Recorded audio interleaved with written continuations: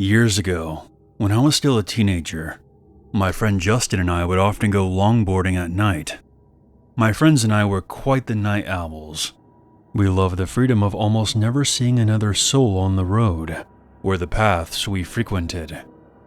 Even when using main roads, it would still be very rare to see a car out so late in such a rural area, and you could see and hear them coming from very far away because of their headlights and the noise of the vehicle disrupting the peaceful silence of the night.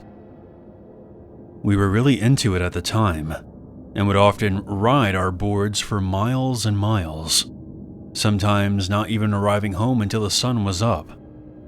One particular night, we decided to ride a few miles away from our usual back road to take one of our favorite hidden routes. It began with a narrow, paved pathway that was the only piece of land separating two sides of a long lake.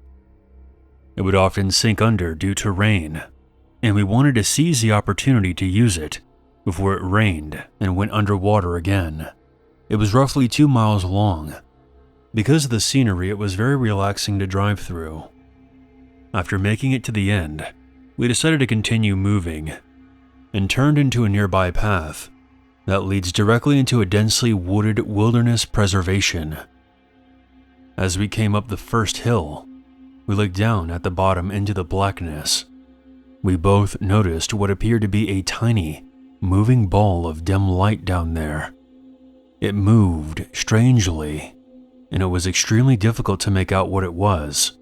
Rather than shine our flashlights down, we curiously watched it for a few moments, whispering to each other about what it could possibly be. All at once, that small beam turned into multiple blinding lights, overwhelming our senses that had become accustomed to the dark and silence. Acting purely on fear, we instantly turned around and ran as fast as we could, hearing yelling and revving gaining behind us. By sheer luck, we managed to run off-path into a very dark, overgrown hole in the side of the hill, overlooking where we had just come from. We then decided to hide out in the natural dugout of this hill, hoping the plants and darkness would be enough to protect us from whatever was happening out there. We watched our pursuers right up to where we had originally been standing. There were 4 men, 2 on 4-wheelers, and 2 on full-sized motorcycles. They were yelling at each other about something, but we couldn't make out what they were saying due to the distance we had covered. We felt safe enough to whisper very softly to each other and speculated about who these people could be. Our first thought was that they might be park rangers of some kind, although we had never seen one out here in the many times that we had been through. And honestly, we doubted this county even had the budget or desire to have anyone patrol so deep in the woods at night. Besides that, these men were on vehicles entirely inappropriate for the paved bike trails, and they were very angry about something. They called out to us for a while, yelling things like, "We know you're out here.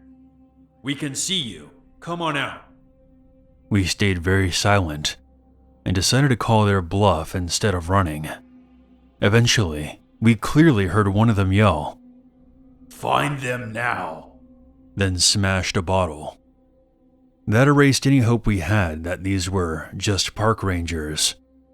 We watched them split up, each of them going a different way down the series of paths on their vehicles, including the path we came from. It took us what felt like ages to even move.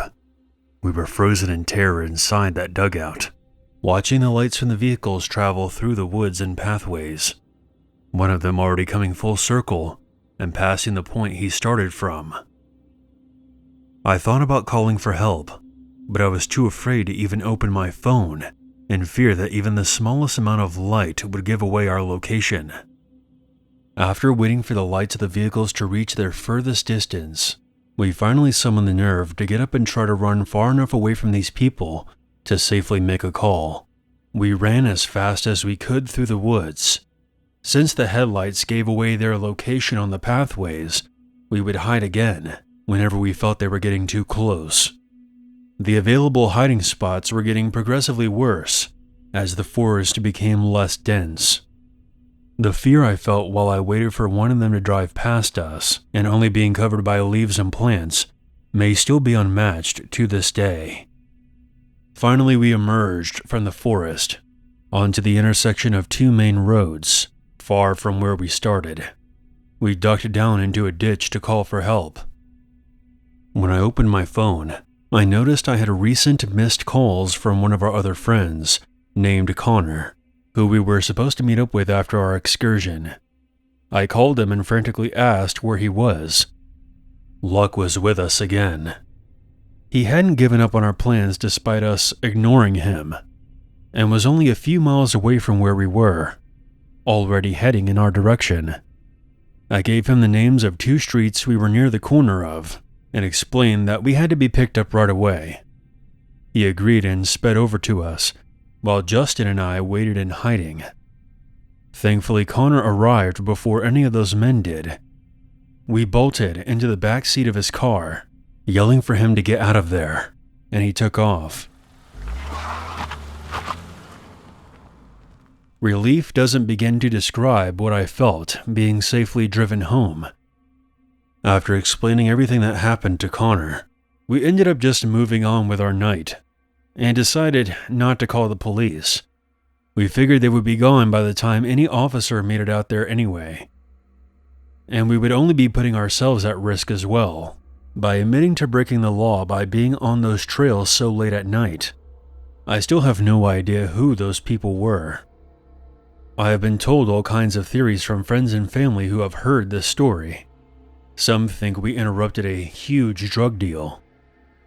Justin and I admitted to each other that when the revving started, and we couldn't see, our minds both went straight to chainsaw-wielding horror movie serial killer. So I suppose it could have been much worse. Frustratingly enough, whatever those men thought we saw that made them want to catch us so badly, we never actually saw. So I suppose we'll never really know.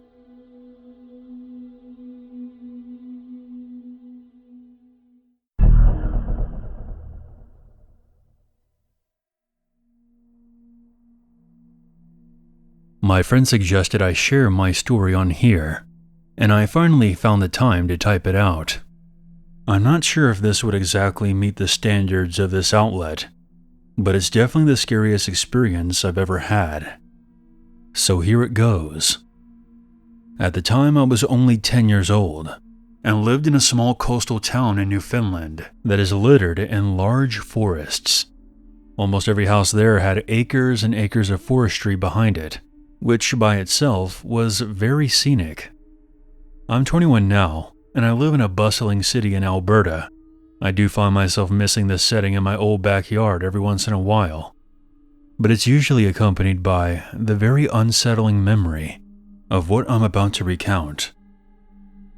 By the time I was in 4th grade, I was already trusted to be home by myself whenever my mother went out to visit my grandmother and aunt, who lived only a few minutes down the road from us. I was happy about the arrangement. I was an only child, and my father would be gone for work months at a time, so to me I was very lucky to have this opportunity. It usually meant late movie nights and video gaming.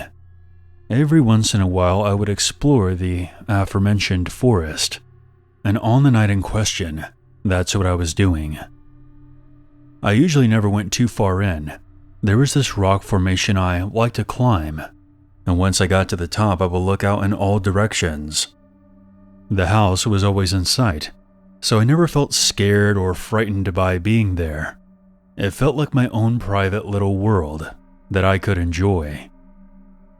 So as I was scaling the rocks to sit at my usual spot, I suddenly began hearing a sound from further in.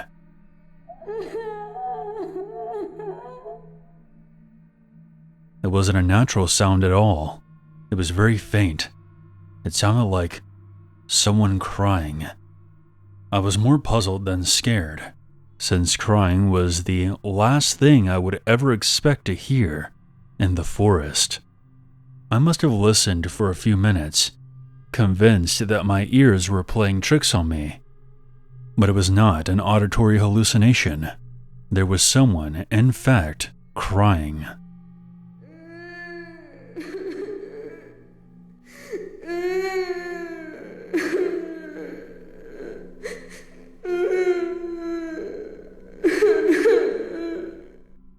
In my mind, I imagined it was a young girl that somehow wandered too far into the forest and got lost. I considered going back to the house and calling my mom for help, but then I was worried that the girl would wander further in and go beyond earshot. I decided to try and locate her myself. I made my way hastily through the trees and branches, trying to figure out the exact direction the crying was coming from. It definitely wasn't as easy as I thought. It was a matter of trial and error, just to make sure I was going in the right direction. One thing that never occurred to me in the moment was how consistent this crying was. There were no pauses, no words of any kind, just a non-stop sobbing and wailing that had no end. What I did notice was that the closer I got, the more metallic it sounded to me.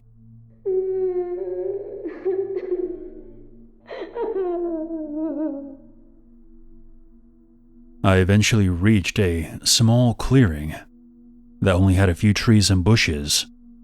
I had never gone this far in before, so this was the first time I had ever seen it. When I made my way in, it didn't take long for me to find the source of the sound. It was a gray tape recorder, one of the biggest I've ever seen. It was protruding out of one of the bushes, and the crying was coming out of the speaker. This was very disturbing to me. I was expecting to find a real person. As I was about to turn it off, I heard another sound coming from just outside the clearing on the opposite side. It sounded like steady footsteps advancing in my direction. It only took seeing a tall, shadowy figure coming my way to send me running. Fortunately, by some miracle, I recognized my way back by identifying the rocks and trees as landmarks. This probably saved my life. I never looked back, and I didn't even try listening to hear if that person was following me. I just kept telling myself that I had to make it home. Nothing else mattered. I just had to get home. Once I saw the large rock formation I liked to climb, it didn't take long for me to know the rest of the way without needing to survey my surroundings. I was out of the forest in record time, and I immediately ran into my house, locking the door and shutting all the lights off as I went into my bedroom. I didn't want this person to know where I lived, or I would be done for.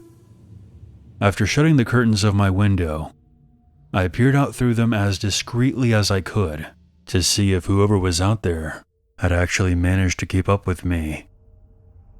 I didn't see anyone, but I stayed by that window for a good hour, waiting for something to emerge from the forest, but nothing ever did. After that, I went straight to bed, and I also was never able to go back into that forest ever again.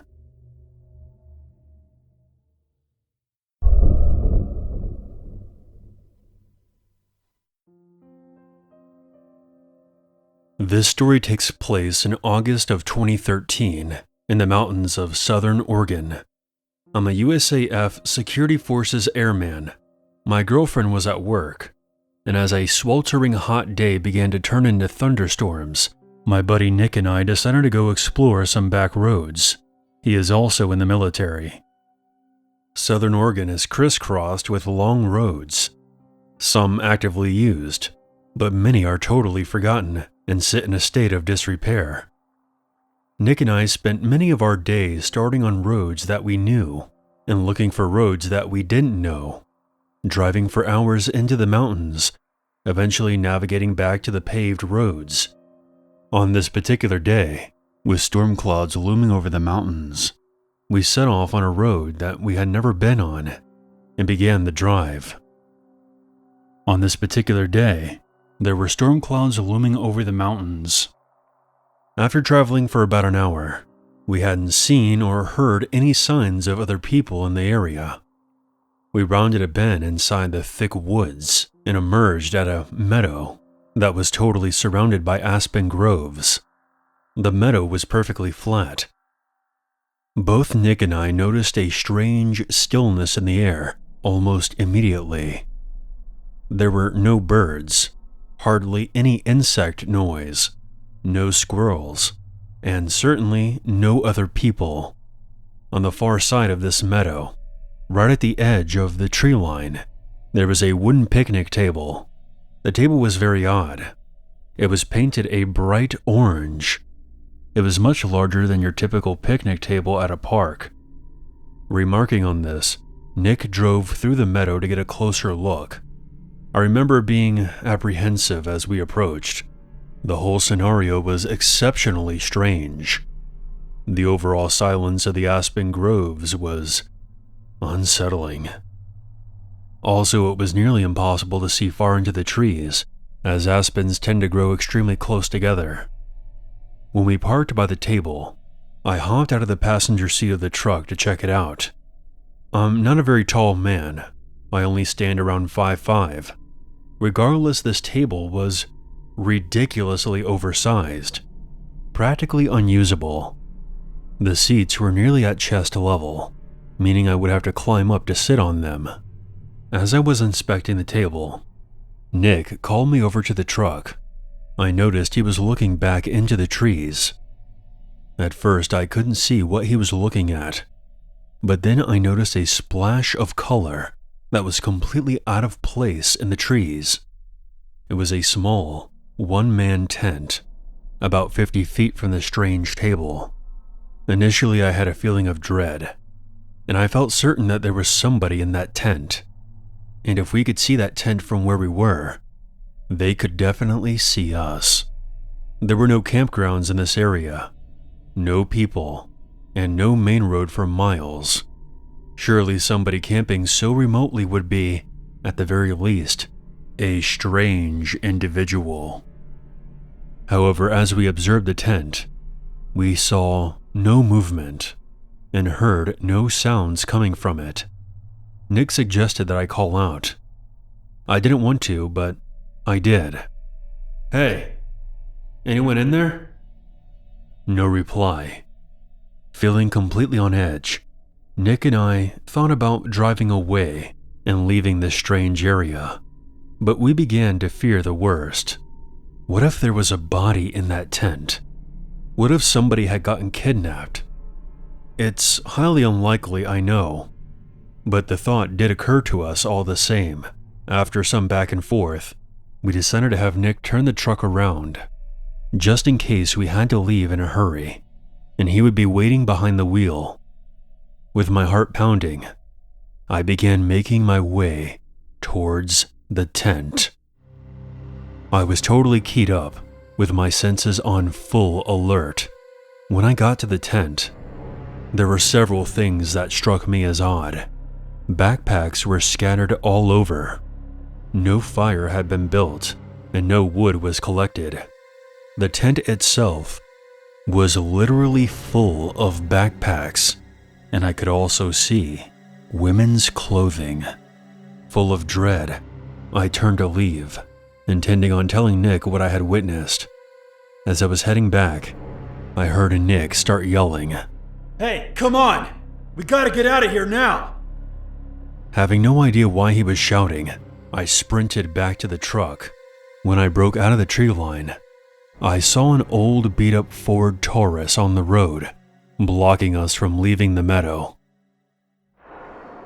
I immediately leapt into the passenger seat, and Nick floored the gas pedal. The Taurus was occupied by 2 men. A third person was laying against the window in the back. As we drove across the meadow, the driver attempted to block us from reaching the road, but Nick maneuvered around them and accelerated towards the entrance. I looked back and saw the car attempting to turn around on the narrow road. Nick drove like a madman, and though I was honestly terrified that they would catch up, We got back to the highway without ever seeing the car again. I still don't know if the person who was lying on the back window was male or female. I called the state police, and they promised that they would send a trooper out to that area. However, I received a call the next day from the trooper stating that the campsite, the backpacks, and the women's clothing was all gone, though he could tell that people had been in that area. That strange orange table was still by the thick aspen grove. We have not returned to that area, nor do we intend to.